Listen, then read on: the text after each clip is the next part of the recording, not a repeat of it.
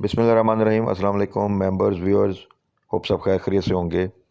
आज की वीडियो में जी डिस्कस कर लेते हैं जो प्रेजेंट सिनेरियो चल रहा है मार्केट का। उसमें देखें स्ट्रेटजी हमें थोड़ी सी चेंज करनी पड़ेगी। और वो क्या? क्योंकि वॉलेटिलिटी रहेगी जब तक ये वोट ऑफ नो कॉन्फिडेंस का इशू जो है वो सेटल डाउन नहीं होता।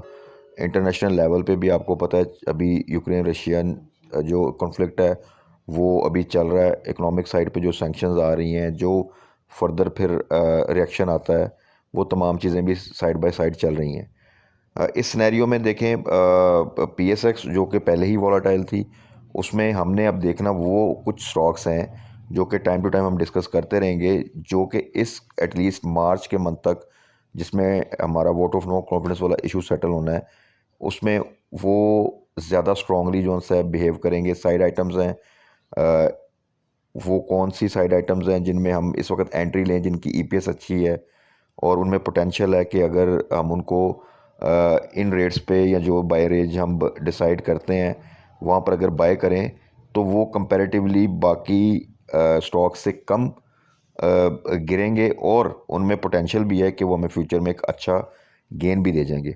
तो उन स्टॉक्स में हमने सिर्फ अभी इस दौरान एंट्री लेनी है।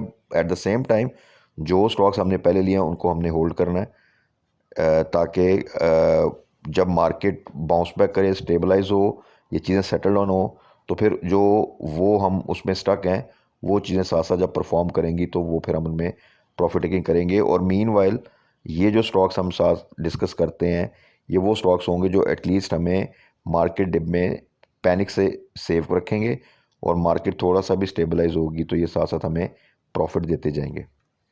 तो सबसे पहले तो आते हैं जी मार्केट की तरफ। मार्केट ने आज थोड़ा पॉजिटिव मोमेंटम रखा क्योंकि ऑलरेडी काफ़ी गिरी हुई थी।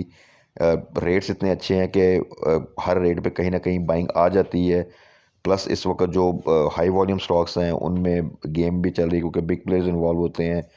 तो अब इस सिनेरियो में फिर क्या होता है, वो चेंज ऑफ हैंड्स, ये तमाम चीज़ें भी चलती हैं। रिजल्ट्स आपके सामने हैं तमाम चीज़ों के, उसके बावजूद हर स्टॉक में उसकी एक अपनी मूवमेंट और एक गेम और एक प्रेशर जो है वो फिर स्टार्ट हो जाता है।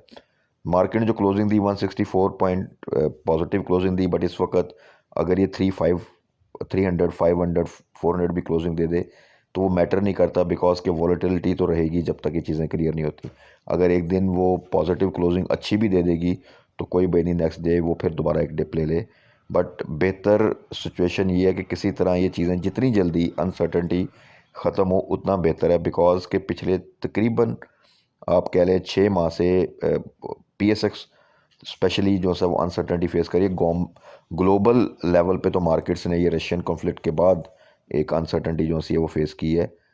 बट पाकिस्तान की जो मार्केट है वो आप सबको पता है कि वो ये स्टार्ट हुआ था सारा इशू सितंबर में, आई थिंक, जब डीजीआईएसआई की अपॉइंटमेंट के ऊपर जो है वो एक इशू आया था, और वहाँ से फिर अनसर्टेनिटी स्टार्ट हुई। उसके बाद आईएमएफ का इशू, उसके बाद इन्फ्लेशन, उसके बाद हमारा डिस्काउंट रेट इंक्रीज़ हुआ बहुत ज़्यादा, और उससे हम तमाम चीज़ों से जब निकले तो साथ ही रशियन कॉन्फ्लिक्ट आ गया, वो थोड़ा सा सेटल डाउन होने की तरफ जाता है। तो अब ये वोट ऑफ नो कॉन्फिडेंस आ गया। बट इन तमाम क्राइसिस से जब हम निकलेंगे तो सोचें और सरवाइव कर जाएंगे अगर, तो फिर यही तमाम चीज़ें वही रैलीज़ भी बनेंगी, और इंशाल्लाह ताला, क्योंकि यही स्टॉक्स हैं, यही मार्केट हैं, यही कंपनीज़ हैं, वही प्लेयर्स हैं। आप अपने आप को भी देख लें कि हम कुछ स्टॉक्स में एक सिलेक्शन होती है उसमें पे ट्रेड करते हैं क्योंकि पता होता है। इसी तरह बिग प्लेयर्स के पास भी वही स्टॉक्स का एक जिसे कहते हैं एक बकेट होता है जिसमें वो फिर दोबारा से वो एक गेम बनती है। तो जो चीज़ें हमारे पास हैं उनमें अगर हम प्रॉफिट टेकिंग नहीं कर सके, स्टॉप लॉस नहीं लगाया था और अब स्टक हैं, तो but at the same time अगर उनके फंडामेंटल्स ठीक हैं, ईपीएस ठीक है, रीसेंट रिजल्ट्स अच्छे थे, ग्रुप स्ट्रॉन्ग है, सेक्टर को कोई प्रॉब्लम हो रही, जस्ट स्टे स्ट्रॉन्ग और उन चीज़ों को होल्ड करें, इंशाल्लाह ताला वो बाउंस बैक करेंगी। तो उसके अलावा हमारी अब स्ट्रेटजी ये होनी चाहिए कि ये जो एक जब तक ये चीज़ क्लियर नहीं होती एक वॉलेटिलिटी तो रहेगी।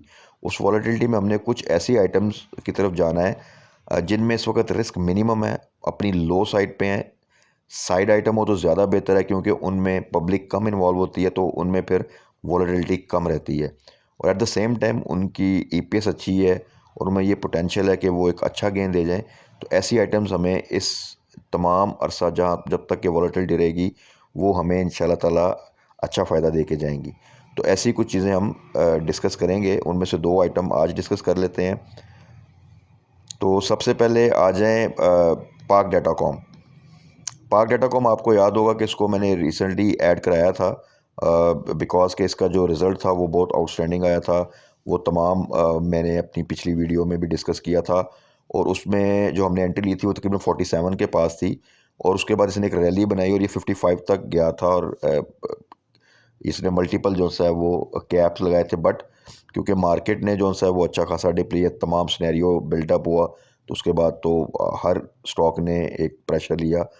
तो ये समझ लें कि दोबारा चांस दे रहा है, जिनसे मिस हो गया था वो पाक डाटाकॉम में आ सकते हैं। अगर आप देखें इस वक्त ये 47.5 पे है और जो इसकी बाइंग रेंज थी हमने पहले भी वही 42 टू 47 थी, उस वक्त ये 46 के पास था, तो वहाँ पे हमने बाय किया था। जो इसका आप स्ट्रेटजी है पाक डाटाकॉम के लिए वो स्पेसिफिकली ये है कि आप इसको लें और जून क्लोजिंग तक इंशाल्लाह रखें, तो ये एक बहुत अच्छा गेन दे के जाएगा आपको। 1 ईयर रेंज इसकी देखें तो 42 टू 110 है। साइड आइटम है, जब इसमें रैली बनती है मल्टीपल लॉक्स लगते हैं। 6 मंथ EPS इसकी 5.87 है, जो कि लास्ट ईयर का अगर 6 मंथ देखें तो वो लॉस में थी। तो आप एक्सपेक्ट कर सकते हैं कि नेक्स्ट रिजल्ट से पहले जैसे ये चीज़ें थोड़ी सेटल डाउन होती हैं तो फिर इसमें एक अच्छी रैली आप एक्सपेक्ट कर सकते हैं और इसमें ज़्यादा डिप के चांसेस भी कम है क्योंकि पब्लिक जो सी है इसमें वो काफ़ी कम लेवल पे इन्वॉल्व होती है। तो पाक डाटाकॉम का एक किस्म का रिमाइंडर फ्रॉम माय साइड के जिनसे मिस हो गया, ये अगेन एक चांस है उनके लिए कि वो उसमें एंट्री ले सकते हैं। उसके बाद आ जाएं जी क्रिसेंट टेक्सटाइल मिल्स, CRTM। इसको भी अगर आप देखें तो ये नॉर्मली जो सा है मेन आइटम नहीं है बोर्ड का और हाई वॉल्यूम स्टॉक नहीं है और इसकी इस वक्त जो प्राइस है वो 18.15 है। इसकी जो बाय रेंज बनती है वो 16 टू 18 के दरमियान आप इसको टारगेट कर लें, जब भी आपको मिले तो वहाँ पे आपने इसको बाय करना है। इसके जो डायरेक्टर्स हैं वो भी बाय कर रहे हैं इस रेट पे, अगर आप देखें उनकी डिस्क्लोजर तो उन्होंने अच्छा खासा बाय किया है। स्ट्रेटजी इसमें आप एटलीस्ट इसका टारगेट कर लें तकरीबन 22-23 के ऊपर कि वहाँ पे आप प्रॉफिट टेकिंग करेंगे, तो मेरा ख्याल है ये आपको एक शॉर्ट टर्म में जो सा है एक आध माह में ये 3-4 रुपये का गेन दे जाएगा। जो 1 ईयर रेंज है इसकी वो 18.05 यानी उसी रेंज पे है और हाई साइड इसकी 38.90 है। इसकी भी EPS अगर 6 मंथ देखें तो वो 220 में 2.2 थी, जो कि अब 2021 में जो दिसंबर क्लोजिंग के बाद अब 5.09 है। तो अ, आप समझ लें कि डबल जो सी है वो इस वक्त है। और इसका अगर आप देखें कि 5 ईयर लो भी देखें तो वो 16 है, तो समझ लें कि ये नियर टू इट्स 5 ईयर लो है।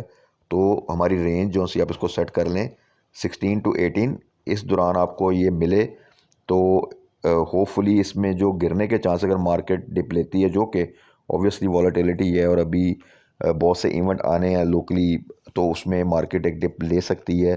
तो इसके चांसेस कम है उस डिप में, क्योंकि साइड आइटम्स का जैसे मैंने कहा कि वो उसमें क्योंकि पैनिक सिचुएशन कम आती है, क्योंकि स्ट्रॉन्ग होल्डर ही जो से होते हैं उन्हीं के पास इसकी होल्डिंग होती है, डिलीवरी होती है, फ्यूचर में भी ये नहीं होते। तो इसलिए ऐसे सिनेरियो में साइड आइटम्स में जो सा एंट्री लेना बेहतर होता है, स्पेसिफिकली जिनकी EPS अच्छी हो, जो अपने लो के पास हों और फ्यूचर प्रॉस्पेक्ट्स अच्छे हों।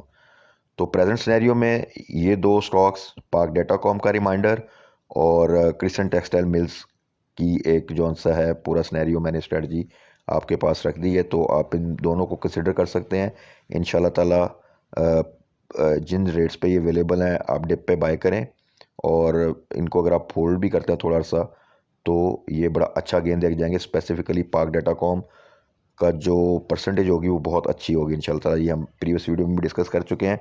और क्रिसेंट टेक्सटाइल भी इंशाल्लाह ताला आपको प्रॉफिट ही दे के जाएगी, इसमें प्रेजेंट सिनेरियो में लॉस के चांसेस ना होने के बराबर है। तो ये थे दो स्टॉक्स। इसके अलावा जो स्टॉक्स जैसा कि मैंने पहले कहा जो हम डिस्कस करते हैं वीकेंड की वीडियो पे, जिन लोगों के पास उसकी होल्डिंग है, अगर वो टाइमली प्रॉफिट टेकिंग नहीं कर सके तो अब जस्ट होल्ड। इंशाल्लाह ताला किसी में कोई प्रॉब्लम, कोई बैड न्यूज़ नहीं है। उनमें तमाम में चीज़ें बेहतर हैं, जैसे ही मार्केट बेहतर होगी वो तमाम चीज़ें दोबारा से परफॉर्म करेंगी इंशाल्लाह ताला।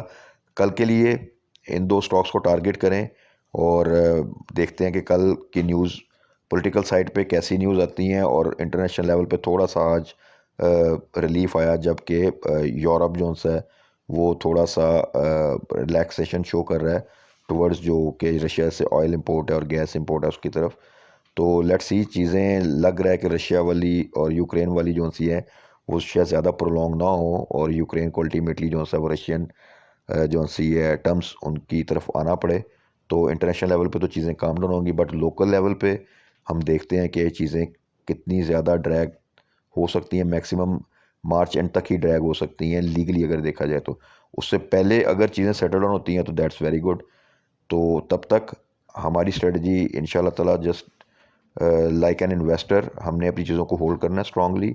और जो जो कोई अपॉर्चुनिटी ऐसी आएंगी जिसमें हम कोई शॉर्ट ट्रेड के साथ या डे ट्रेड के साथ गेन कर सकते हैं, वो मैं इंशाल्लाह ताला आपसे डिस्कस कर लूँगा। तब तक अपना ख्याल रखिएगा, दुआओं में याद रखिएगा। Stay blessed. अल्लाह हाफ़िज़।